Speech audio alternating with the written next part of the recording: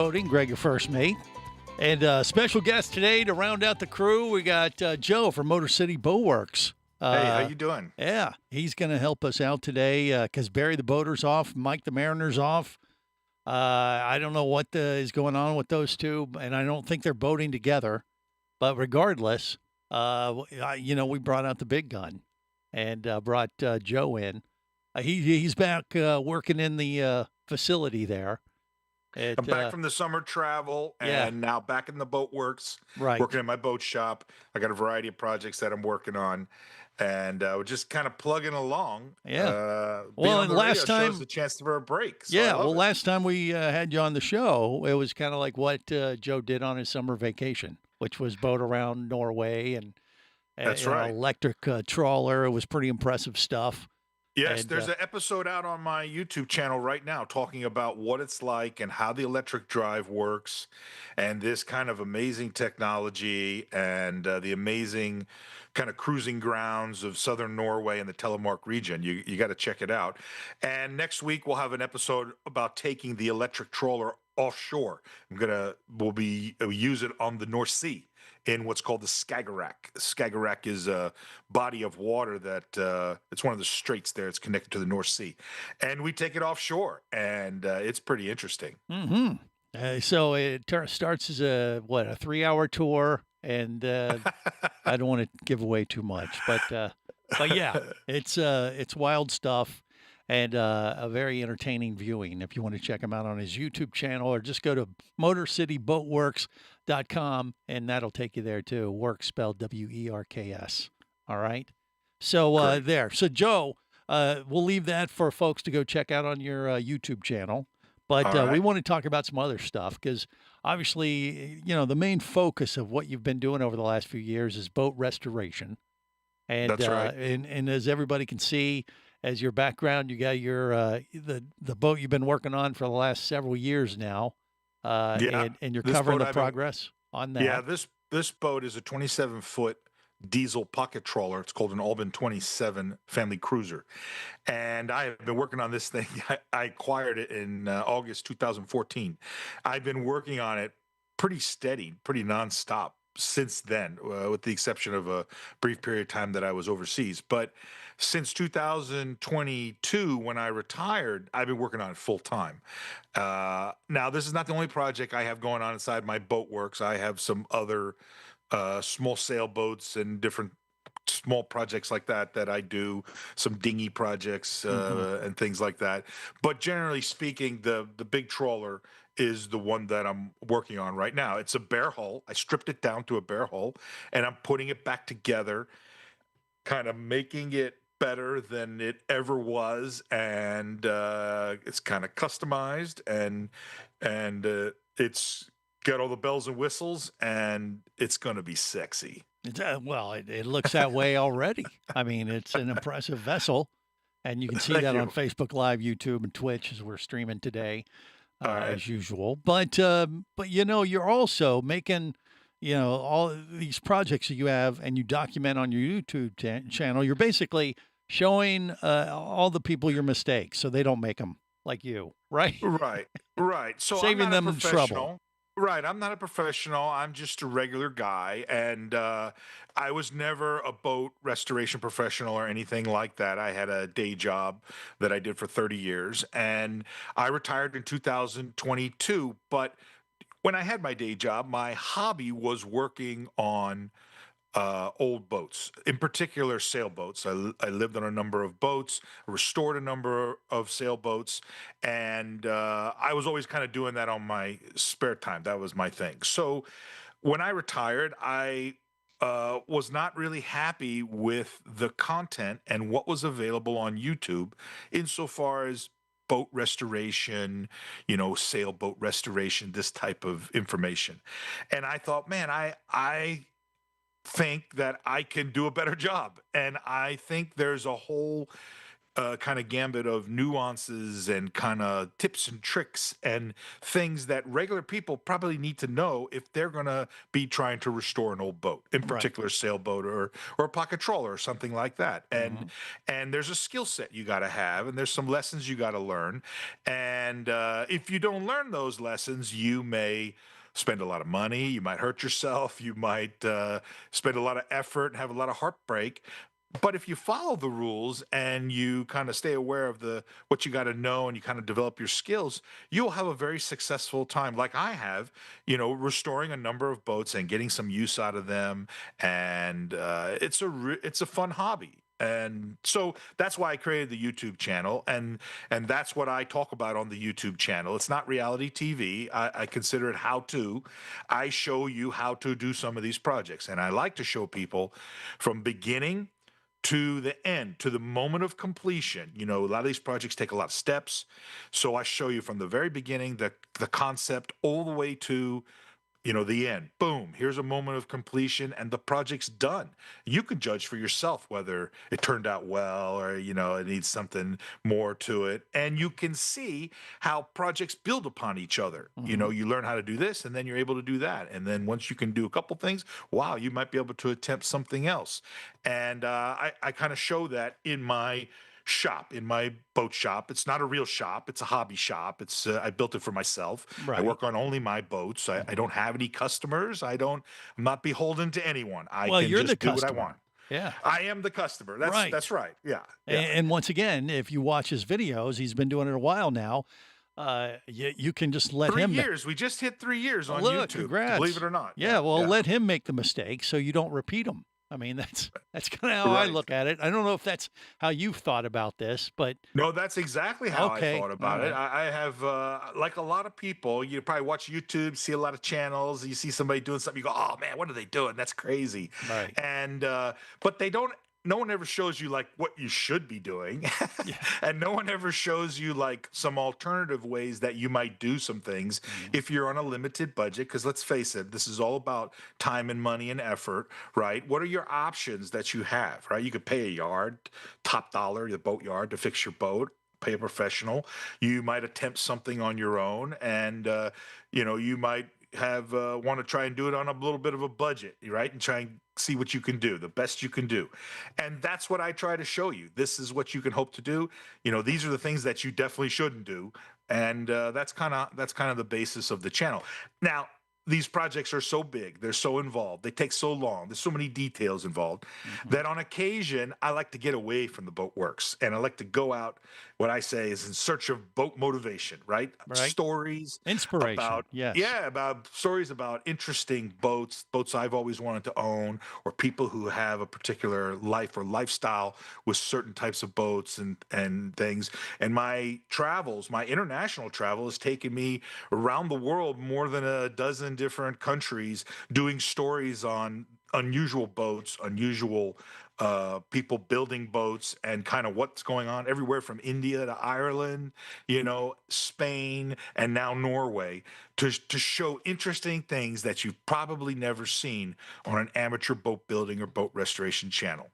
yeah, and you've done a great job. And after doing it for 3 years, I mean, there's a certain amount of experience you've learned, and you're sharing with the world. And I think once again, that's the key to all this stuff. If you want to get into it, it's very rewarding. But if you can watch someone like Joe make all these plans and see some of the pitfalls and some of the things that you want to avoid, you don't want to repeat all these mistakes as someone just starting out. You learn from somebody like Joe who's willing to share this journey with you via his YouTube channel. So we're going to talk about that and maybe just some overall consultation that he has picked up over the years here on the World of Boating. That's coming up. Stay close.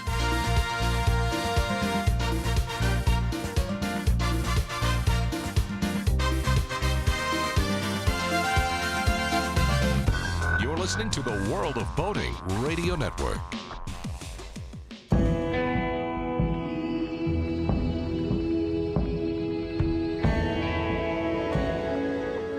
Be an explorer in the other 2/3 of your world. Be the buddy who takes the kids in the aquarium instead of just to it. Be adventurous. Be amazed. Be a diver. Hosting a radio show about scuba diving and boating is one of the best gigs on the planet. It's actually part of my job to check out and report on cool new products I personally use to enhance my diving and boating adventures. However, I do believe in sharing the joy, and this is why we've added Nanook protective hard cases to our list of products you can now purchase on the merchandise page at scubaradio.com. Nanook cases are designed to protect the most sensitive equipment in the harshest environments. Underwater photographers, listen up. From their high-impact NK7 resin to their exclusive Power Claw latches, Nanook has raised the bar for those of you that demand the best protection for your gear. Plus, Nanook protective cases cost less than similar products currently on the market. The company has been around for over 15 years, but it's new to the U.S., so we've made a small number of Nanook cases available exclusively for you at a special introductory price on the merchandise page at scubaradio.com. Go there now and check out Nanook, the evolution of protection. Traffic sucks, unless you're scuba diving with Mike Scott. Mike glanced down at his dive computer. It showed less than 50 psi left in his tank. Probably just a few more breaths. Or riding shotgun in a thrilling car chase. One bullet hit the Jeep's windshield, spiderwebbing the passenger side. Mike shifted into second gear and felt the Jeep leap forward. This just got serious. Escape your commute with audiobooks from author Eric Douglas. Download to your phone. Go to booksbyeric.com or audible.com.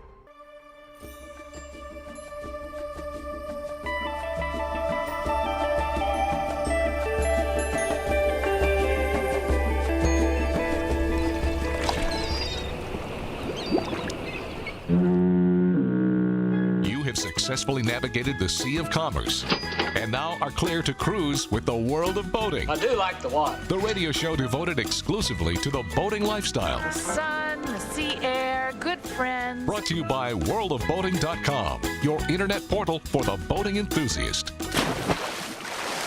I'm really excited to check out these beautiful waters with you in a really cool way. All right. See that boat over there? Yeah. I think we're going to sail on it today. Oh my God, yes. This is the world of boating. Gregor First Mate. Barry the Boater not here today. Now I realize why. It was the finale of Bachelor in Paradise this week, and I think it overwhelmed him with the drama at the end of the show. Two couples went home together with a bunch of money, and I don't know. He thought it should have been three. I don't know. He was conflicted, Joe. I don't. That's a problem Barry has. You know, sometimes priorities are a little mixed up. But what are you going to do, right? Take a couple of days to recover from it. I yes. understand. Yeah. It's just his thing, and I don't judge. Maybe I kind of do. But filling in for Barry the Boater and Mike the Mariner, for that matter, we got Joe from Motor City Boat Works with us. And his boat restoration projects are covered extensively on his YouTube channel. Just do a search, MotorCityBoatWorks.com. It'll pop right up. Boatworks, works spelled W-E-R-K-S. Get the spelling right to make sure it pulls up there for you. But Joe, you know, while you're covering all this, you're a jack of all trades. You just got back from cruising around Norway. We talked about that last time. You're writing for, you know, some of the boating magazines on some of these journeys as well. Isn't that right? You got some articles correct. Coming out. So and you appear on the world of boating, help us out every now and then, which is nice. But the core of what you started with 3 years ago was taking on these boat restoration projects because you just thought, you know, it'd be something new in your life to do. And it kind of like one of those, you know, pet projects. You got to that point in life where you're like, hey, I want to try something. And then how do I do it? And you couldn't find what you were looking for initially, right? And he's like, well what? I've been restoring boats for a number of years. And, but, you know, I like to watch things that have to do with my hobby. And I just couldn't find content that I thought was worthwhile. So I kind of came up with the idea of I'll try and do it myself. I'll show people the projects I'm doing on my boats, and that way you know, we'll see if anybody likes it. And it's done very well, and we got a lot of fans. We got about 18,000 subscribers, and we're growing all the time. and it's something a little bit different. We're trying to do things at a little bit different standard than some of the reality TV and some of the nonsense that's on YouTube. But Right. I wish we could be on cable TV or have a TV show, but this is the next best thing. That's right. Well, and that kind of is, he's doing his little TV show project. I mean, that's pretty much what it is. Yep. And just covering his progress. And you learn along with Joe. Once again, you let him make the mistakes so you don't have to repeat them if you want to follow that float plan. That's the way I look at it. You'll see me do the projects. I'm very honest about what works and what doesn't work, Mhm. and what the popular ideas are. Oh, you should do things this way. And let me tell you that doesn't really work, Right. and I'll show you why. Yeah. And I'll even try it sometimes. You'll see me fail right before your eyes. A number of different kind of weird projects that I've been doing on different boats. So it's fun. It's like a long time ago, I don't say a long time ago, but a while ago, there was a great show in Florida called Shipshape TV, where Yeah. he showed a Right. variety of interesting products and Mhm. boats, some boat projects, this and that. And that show kind of went away. And I always imagined that there could be something more like that, something that involves almost like This Old House, but for boats, right? Right. Well, what Yeah. what does it take to do some of this stuff? Mhm. Sure. And that's what I try to show on my channel. Yeah. Well, and that it's interesting you bring that up. When we started the World of Boating, that was one of the major players, in the Right. boating world that was out Wasn't there. that a great show? I think Yeah, it was we sponsored we had by the guy West on a Marine or couple somebody. I times. loved it. I thought it Yeah. was he did a combination of like gear talk and a Yeah. little bit of how-to projects and Once and again, other kind of boating topics. yeah, he would do these projects, and he might even still be doing it for that matter. His name escapes me at the moment, but you're Right. like Shipshape TV was Right. quite a thing back in the day, and he would do all these projects, and some of them would go great, and some of them there would be a little Right. drama surrounded them. But Right, that's right. very similar to what you've been doing. But after you do Yeah. it a while. You fail till you succeed and become Right. kind of an expert, and now Right. you're acting actually as a consultant for people Right. that want to do this Well, now as you know, well, right? Like I said, I have had a lot of requests for people. They want some kind of step-by-step guidance, doing some more advanced projects, or they want to get an idea, based on my experience, how they might go about a large boat restoration project, like the 27-foot pocket tropper behind me, Right. or maybe a 30-foot sailboat or Mhm. something like that. And which I've restored. I wrote a book about it, and they want to know, what I know from having gone through that process, over a number of years. And so I do offer like a consulting service for people who are interested in that. You can find it on my website, and I do it for folks who have a project that they want to restore, or they want to get a project that they're going to restore, and they want to know whether they should even undertake the project that they're thinking about trying to Right. restore. What are you, And I'll crazy? give them some very frank feedback as another, what I call a competent amateur, right? I'm not a Right. professional. I don't necessarily do this for a living, but I have been doing it for 30 some years, and I have learned a lot of things. And I'll be very frank about whether or not I would undertake such a project or do something like that. And Mhm. and I even tell people, before we even consider doing a consulting or whatever, contact me by email, explain what you want to do, and I'll tell you straight up front whether it's something that I do, whether I Right. can help you or not. Mhm. And there are some things that I don't do. I'm not a marine electrician. I'm not a marine mechanic. I don't give advice in those areas, and I don't give specific advice for you want to outfit a boat to go around the world. You want to outfit a boat to cruise the Caribbean, or even do the Great Loop. But what I can tell you is, what it takes to restore a boat project, from the simplest trailerable sailboat to a large, pocket trawler that needs a travel lift to be moved around. What does it take to do some of these projects, and what are some unusual things that you can do to a boat? Pocket trawler behind me, I've added a hard top to it and some customized the bathroom to make it extra large, and done a variety of things to this boat that are fairly involved projects that might be applicable to somebody if they're thinking about doing something on this scale. Right. And once again, he's been there, done that, and you want to learn from what he is, maybe had issues with. And like you're looking at this potential boat as a restoration project, and you can reach out to Joe, and Joe goes, "Hey, that's a great idea." Or like, "Well, dude, you're asking for trouble if you get this one because you're going to have to do A, B, C, and D, and you may not have thought about that. Right? One of the things I do is I will do a pre-purchase consultation with somebody. Say for example, you're thinking about buying an old sailboat. You found this amazing sailboat in a boatyard. You're getting a great deal on it, and it's going to be a lot of work to restore it. But you're a handy person. You think you can do it. You think you can do it until you talk to Joe, and then he tells you about A, B, C, and D, and then you go, "Wait a minute. Maybe I need to rethink this." We'll talk about what you need to look for your first project next. Stay close. You're listening to the World of Boating Radio Network. Traffic sucks, unless you're scuba diving with Mike Scott. Mike glanced down at his dive computer. It showed less than 50 psi left in his tank. Probably just a few more breaths. Or riding shotgun in a thrilling car chase. One bullet hit the Jeep's windshield, spiderwebbing the passenger side. Mike shifted into second gear and felt the Jeep leap forward. This just got serious. Escape your commute with audiobooks from author Eric Douglas. Download to your phone. Go to booksbyeric.com or audible.com. Do you have a message or product you need to share with the boating world? Well, look no further than the World of Boating radio show. Just like you, thousands of boating enthusiasts are hearing this message, and we could be talking about you and your product or service as early as next Saturday. Remember, a terrible thing happens when you don't advertise.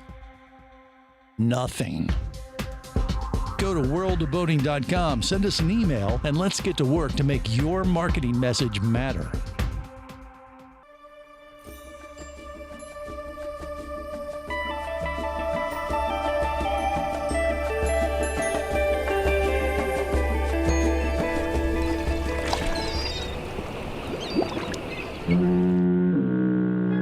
Successfully navigated the Sea of Commerce and now are clear to cruise with the World of Boating. I do like the water. The radio show devoted exclusively to the boating lifestyle. The sun, the sea air, good friends. Brought to you by worldofboating.com, your internet portal for the boating enthusiast.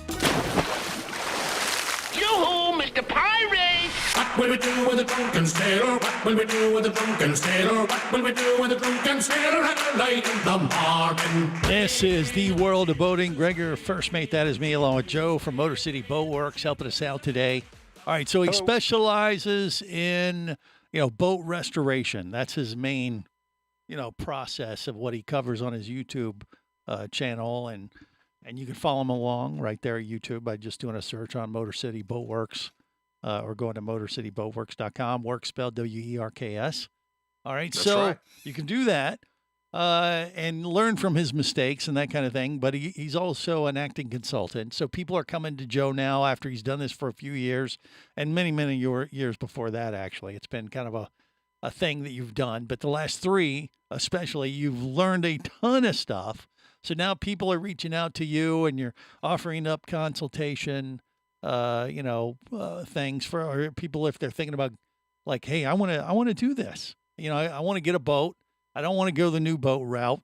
And honestly, I think that when you go through this situation, there's so many used boats out there, and it's very hard to make sure that you're not gonna get screwed because there's so many things that can go south on you when purchasing a used boat. But if you go in with it with the mindset like, hey, I'm going to learn these systems. This is going to be my pet project, a little hobby thing that I want to do on the side, just like fixing up an old car kind of thing. Right. Exactly. Yeah. There are some great classic used fiberglass sailboats out there, and you can really get a great deal on a boat and get a lot of use out of it and learn a lot of stuff in the process. But you have to kind of have a plan going into it, and you've got to know a couple things, and you'd be willing to learn a couple things, to undertake this. Not everybody can afford to, to go buy $100,000 sailboat, and so, you know, there and a lot of times folks have $100,000 sailboats and they want to fix something on it. They feel like they ought to be able to do something themselves, and their only option is to what? Go to the boatyard and pay somebody $75 an hour to do something that you might be capable of doing yourself. Um, if you have some skills or you want to develop the skills Right. to be able to take care of your boat. Well, and if you do go that route, it's only going to make you a better boater overall, For I sure. would say. Yeah. Yeah, for sure. I think that's very true. Yeah. It's going to give you a better appreciation of what with just a little bit of knowledge, you can really get a very good understanding of what you might be capable of doing, what you want to undertake, what you don't want to undertake. There, even with my experience and having done this for going on 3 decades, 4 decades now, there are projects that I will not undertake. I will hire somebody to do it. Yeah. And because I know that while I could probably learn to tear down an diesel engine and put it back together, um, why would I? I need something reliable. So I'm probably going to pay somebody who's an expert at doing that, and they do that professionally. Because there's many other things that, look, I don't have to be a diesel mechanic to work on. You know what I'm saying? There are a lot of other projects that little bit of knowledge, a little bit of proper tools, and some patience and elbow grease, you can get a couple projects done. Right. I mean, yeah, your main thing is the structure of the boat, laying things out. You're Yeah, leaving exactly. electronics and engine I'm repairs to someone else, I'm though. I'm very big on the process of and the planning of how you go about doing projects. A lot of people will buy a classic sailboat and they want to restore it up. They dream of sailing here and there. And they buy a derelict sailboat and they don't have a plan. They don't know where they're going to keep it. They don't have a place to keep it. Right. They don't know how much it's going to cost to fix it. How many times have we heard people say a boat is like a hole that you just throw money into? Mhm. I'm going to tell you, I totally disagree with that. A boat is no different than a car or an airplane or a house that you might restore or repair or work on. These things have fixed costs, and the problem is that most people don't know. How much does it cost to fix a spongy deck on a sailboat? How much time does it take to do something like this? What kind of skills do you have to do this sort of thing? Right. Well, you know how much it costs to remodel a bathroom, right? Mhm. There's all kinds of HGTV home restoration channels. There's even car restoration channels. So you have an idea what it takes to do those projects. But how is it that we don't know how much it takes to remodel or refit the bathroom on a 30-foot boat? Why is that? Mm. What's the secret? Right. Well, the answer is there is no secret. It's just that it's a very, very tiny kind of a niche hobby, and it hasn't been covered before. And frankly, the professionals, they don't want you to know what it takes to do some of these projects, Right. because then they would lose probably some of their easier jobs that they might get away with charging you $75 an hour to do. Right. Well, and once again, if you're buying, looking for a vessel and you want to fix it up, I mean, you got to go in with the idea that you're going to save money by doing it yourself, but you got to make the commitment to do it. So if someone is Yeah. looking for like a sailboat, I mean, is there any kind of like, is there something that you ask them right up, like top 3 questions So yeah, that they so a would lot want of to time I know? always ask people up front, like, what's your goal? What is it you want to achieve? What's the I've boating had mission? Yeah, what's the Okay. boating mission? What do you know, and this might be a variety of things. If they already have a boat that they want to restore, I will ask them, like, what do you want to do? What's the end goal? Are you looking to restore your boat so that it's a concourse piece, museum piece that, really shouldn't be touched? It should be somewhere in a museum, and you just look at it like a painting. Right. Or do you want something that you can use every day, and it might have a couple dings here and there, and it'll get worn and used, right?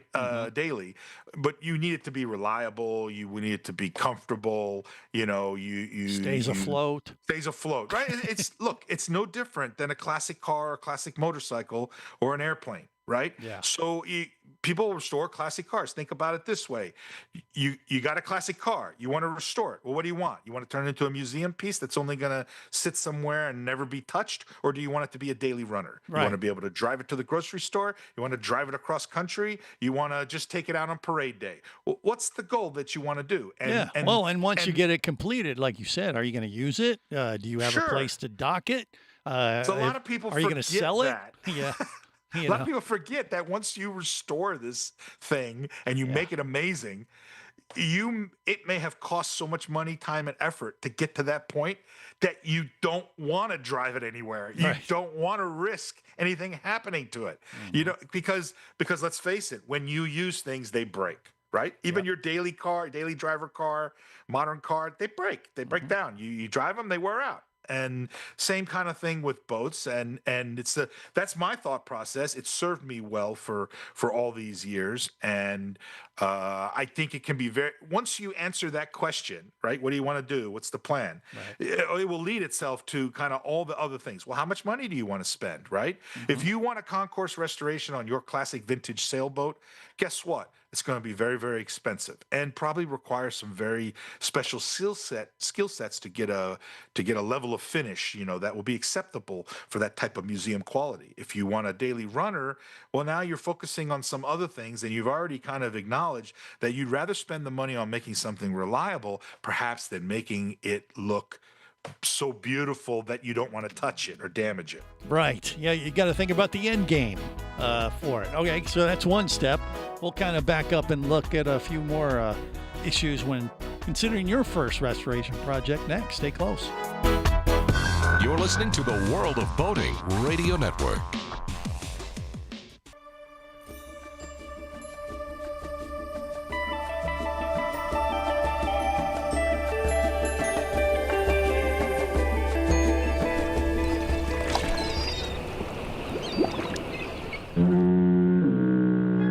Successfully navigated the Sea of Commerce and now are clear to cruise with the World of Boating. I do like the water. The radio show devoted exclusively to the boating lifestyle. The sun, the sea air, good friends. Brought to you by worldofboating.com, your internet portal for the boating enthusiast.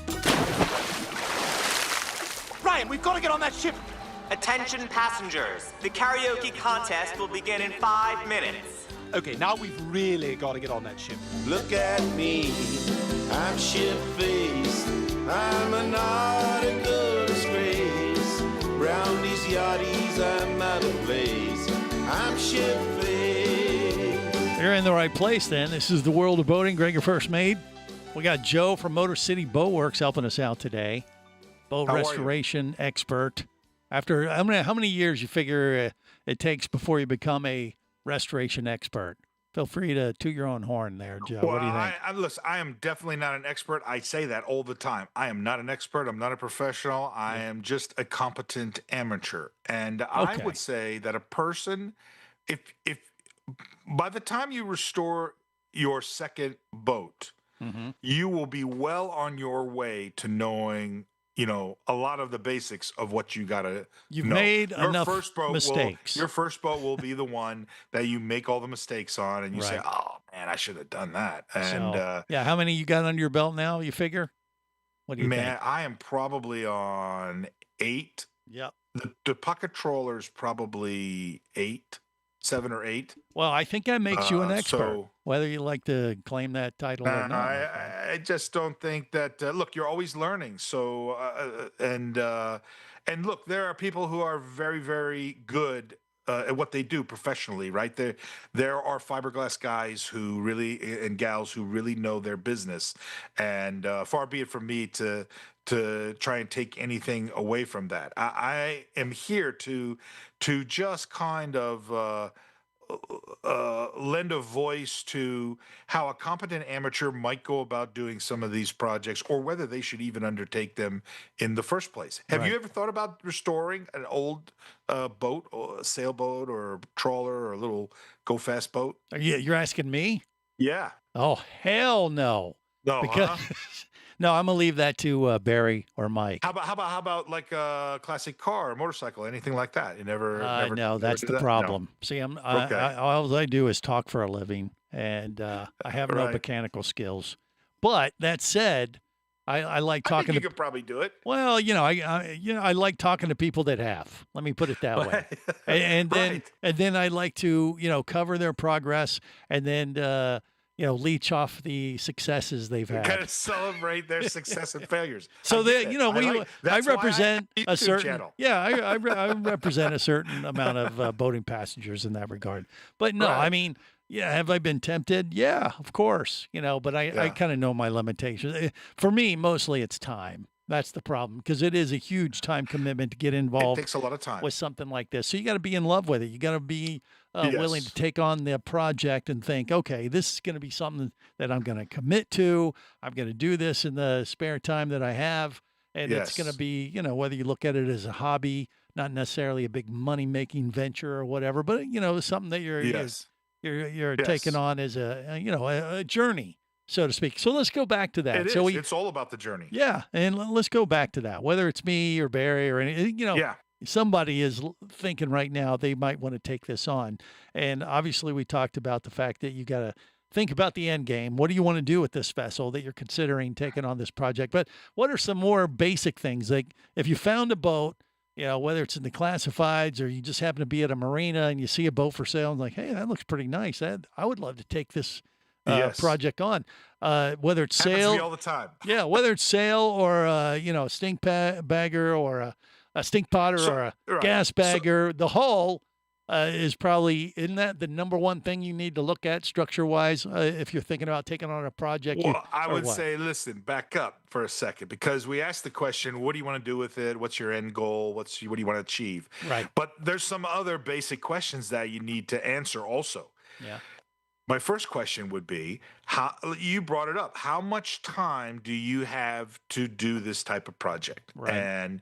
And because these projects, they take time, they take money, and they take effort, sometimes referred to as commitment. Mhm. And you have to have a reserve of those 4 things Right. in order to be able to undertake one of these projects. Otherwise, you will spend a lot of resources, time, money, effort, and you won't get anything in the end because you'll ultimately fail. So I ask people up front, do you have time to do this? And I ask them, do you have money to do this? Many people get lured by the prospect of a free boat or Right. an almost free boat or a giant big boat that someone's giving away at an unbelievable price. And they say, wow, this is amazing. I can almost get it free. But I try to point out, and I have episodes on my channel where I talk about, there's some costs, there's hidden costs to all this kind of stuff that you may not realize, that the owner who's trying to give it away, well, they already know this. Yeah. You probably don't know these things. Right. So, you got to have some money to be able to do this. And then one of the most important questions that I ask people is, do you have a place to work on this boat? Mhm. Okay. And by place, I mean a place that you effectively control and is really not costing you anything. And you're able to kind of work on it and do certain things. Sure. There are some marinas that you're not allowed to work on your own boat. You have to hire a professional to do that. And they have very strict requirements about people doing do-it-yourself work and stuff like that. They don't allow it for safety reasons, liability. Yeah. So and there are marinas, of course, that you might work in their yard and they'll let you do it yourself, but you're going to pay for the pleasure of doing that. Right. And it will cost you money, which ultimately becomes like this constant Drain. drain Yeah. on your resources. You'll have I'll give you a great example. You'll have a 45-foot catamaran. It's almost free. You're going to work on this thing and rebuild it. But guess what? It costs you $600 a month just to work on it in someone's junky boat yard, do it yourself. Right. And $600 is, not chump change. $7,200 a Yeah. year, Yeah. just coming right off the top. Right. And trust me, this project will be multiple years. Of So course. before you know it, you just spent $20,000 or more Yeah. on storage fees working in someone's yard? Like, so I ask these very fundamental questions. Now, that doesn't mean you have to have amazing boat works like I do, a boat shop that you can do your own thing and all this kind of stuff. It just means you have to consider this ahead of time. You got to have a plan, right? Yeah, I've restored boats in an apartment parking lot. I have restored boats in my backyard, no matter what size the house was, right? I've restored boats in a boatyard or storage lot that was, for all intents and purposes, almost free. It was so cheap, and I was allowed to work there that, you know, it just financially made sense. We're talking, you know, less than $100 a month. I mean, I could work on it there. Yeah. These are things that someone has to think about, right? Before they ever get to what I call the assessment of the boat. People will pay a surveyor to survey the boat. Right. Does it have good bones? Yeah, I'm not a surveyor, but I like to do what's called an assessment. And we go through the boat and we take a look at it. And we're looking for a couple of fundamental things. You know, what's the condition of the hull? What's the condition of the deck? What's the condition of the big ticket items that are associated with the boat? Yeah. On a sailboat, that's going to be the sails and the mast and the rigging. On a power boat, on a power vessel, right? It's going to be the engine, straight up. One of the most expensive things that you may have to either fix or replace. Even more so than the hull for both of those categories, you think? And then I like to ask people, we try to take a look at, is the boat pretty much complete? And if it is complete, most of the equipment's there, well, what's the condition of that equipment? A boat might look like it's fully complete, but it turns out that a majority of the parts are rotted or corroded or ruined in some way. And that will be no good down the road. Okay. Well, see, if I'm going to take on a project, what I'm going to do is I'm going to shuttle it over to Joe at Motor City Boat Works, have him work on it, cover it on his YouTube channel, and then have him call me when he's got it done. But that's just me, okay? All right, that'll do it for this week. Till next time, remember, whether it is sail or motor, life is always better when you're a boater. That's it. He knows. See you next week. Here, you barnacle-bitten swab. World of Boating is brought to you by worldofboating.com, your internet portal for the boating enthusiast. Any of this getting through to you, son? World of Boating is a production of Overboard Entertainment Incorporated. Computer standing by. Remember, you can listen live or to archives of past shows worldwide over the internet at worldofboating.com. Computers can do that? So tell a friend and come aboard every week for the World of Boating. This is so great. I can't wait. I'm getting goosebumps. Feel me. Feel me. The radio show devoted exclusively to the boating lifestyle. TTFN, ta-ta for now. The opinions you just heard on the World of Boating are those of the hosts, callers, and guests. They are not necessarily those of any station or network, its management, or advertisers. What are you being such a weenie for? While on the water, your safety and the safety of many others depends on you. So boat smart and operate your vessel only after receiving the proper training and instruction for your area. There is a fine line between genius and madness. Have any questions or comments? Feel free to do so via the web at worldofboating.com.